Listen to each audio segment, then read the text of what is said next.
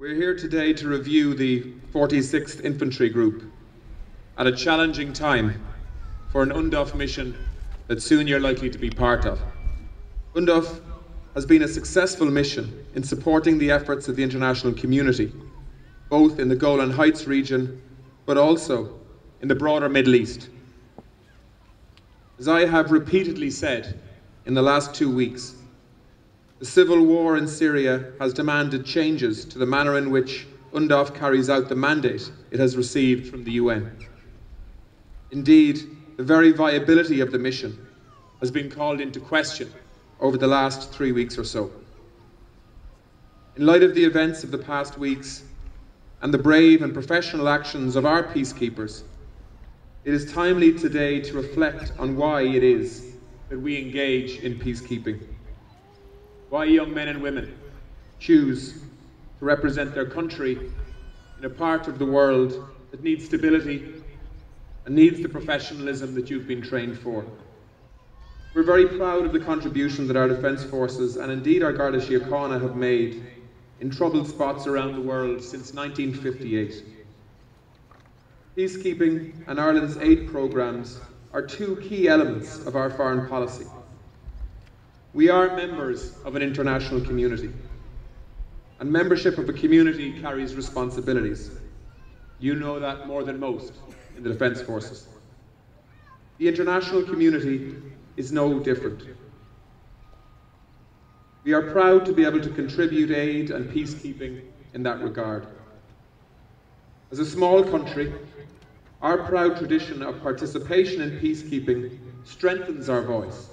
It adds weight to our voice and influence in international institutions such as the United Nations and the EU, and helps us to espouse our values of justice, tolerance and democracy. Peacekeeping also adds to our nation's security by containing conflicts and reducing the threat of conflict spreading to our relatively peaceful part of the world. We are blessed to live in a stable democracy. While we face many challenges, both socially and economically, we do not face the deprivation and suffering of so many troubled spots around the world. We cannot simply ignore or withdraw from what is happening in other parts of the globe.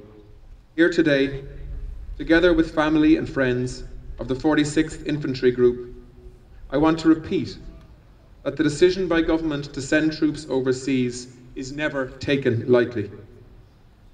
Your safety and the safety of all Irish Defence Force personnel serving in all overseas missions is always a key priority for me and for my colleagues in government and of course the military authorities.